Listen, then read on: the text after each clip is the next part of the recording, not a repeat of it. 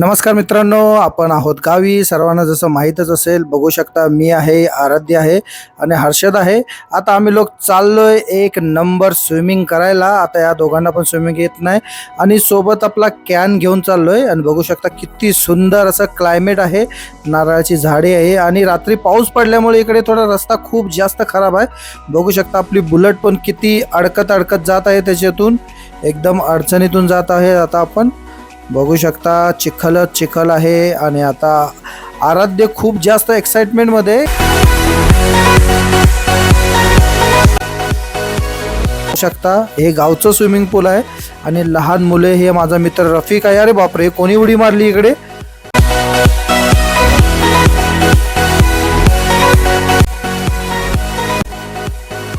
बघू शकता हा सोमनाथ आहे आणि इकडे पण एकाने उडी मारलेली आहे. इकडे मुलं म्हणजे उडी मारतात. दीपक बघू शकता किती उंचावून उडी मारली.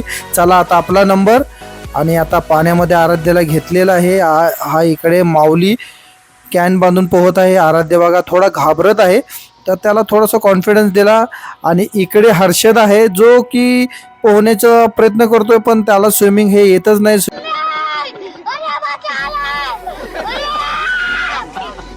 होता येतच नाही. खूप शिकवतोय पण तो काढवा होत नाही. असू द्या, होईल ते. आणि आता इकडे बघू शकता हा मुलगा, याला बिलकुल स्विमिंग येत नाही. हा रफिकचा मुलगा आहे, माझ्या मित्राचा. त्याला स्विमिंग येत नाही, पण त्याची डेअरिंग बघा, ट्यूब वरती उड्या मारतोय. आणि इकडे मुलं मस्ती करतायत. ज्यांना स्विमिंग येतं त्यांना आता फायनली आराध्याला कॅरबा बांधलेला आहे आणि कॅरबा बांधून आता आपण त्याला खोल पाण्यामध्ये सोडत आहोत.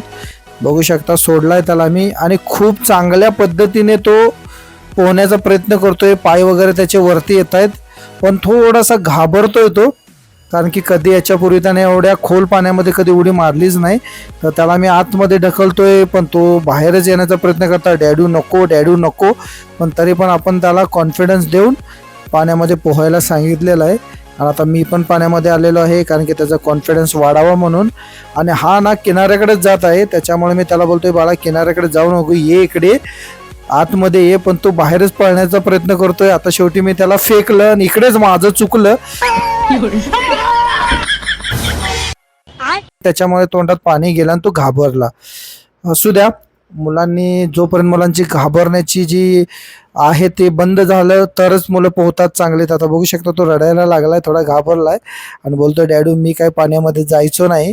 तरी पण मी म्हटलं काय हरकत नाही, थोडासा कॅमेरा ऑन आहे तर तिकडे हात वगैरे कर आणि हसून दाखव. बघू शकता मी त्याला दाखवतोय की बाळा पुढे कॅमेरा ऑन आहे आणि तू घाबरू नको, मी आहे. परत त्याला पाण्यात मी थोडंसं ढकललं, पण काही नाही, तो घाबरतच आहे. तरी पण मी त्याला थोडंसं दम दिलाय की बाळा घाबरू नको, मी आहे सोबत, चिंता करू नको. आम्हाला शिकवणारं कोण नव्हतं मित्रांनो, पण आज आम्ही आमच्या मुलांना शिकवत आहोत. आम्ही पण मित्र शिकलोच आहे. आता त्याला मी माझ्या जवळ घेतलं आणि त्याला सांगितलं की बाळा घाबरायचं नाहीये, तिकडे समोर बघ, तू समोर तो अंकल तुला बघतोय, तू रडतोयस त्याला, तर रडू नको. हा माऊली वगैरे बघ कसा कॉन्फिडन्स मध्ये पोहतोय. तर आरूला तर खूपच रडायला आलं, जसं की माझ्या भरपूर अगोदरच्या व्हिडिओत लोकांनी पाहिलंच असेल की पाण्याला तो किती घाबरायचा, पण तरी बऱ्या प्रमाणात तो माझ्या बरोबर आला.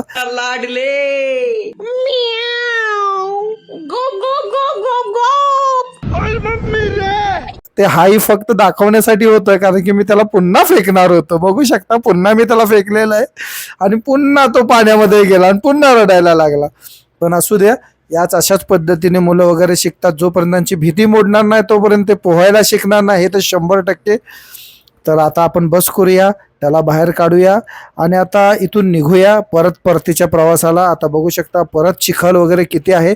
3 मोटरसायकलवरती आलेलो आहोत. आता बघू शकता दीपक आहे, सोमनाथ आहे, माऊली आहे आणि या गाडीवरती रफिक, त्याचा मुलगा आणि अजून एक जण आहे. इकडे आम्ही 3 आहोत. तर आता मुलांचं मन बनलेलं आहे काहीतरी नाश्ता करायचा. तर गावचा नाश्ता म्हटल्यानंतर भाई सगळ्यात जास्त खुश मुलं.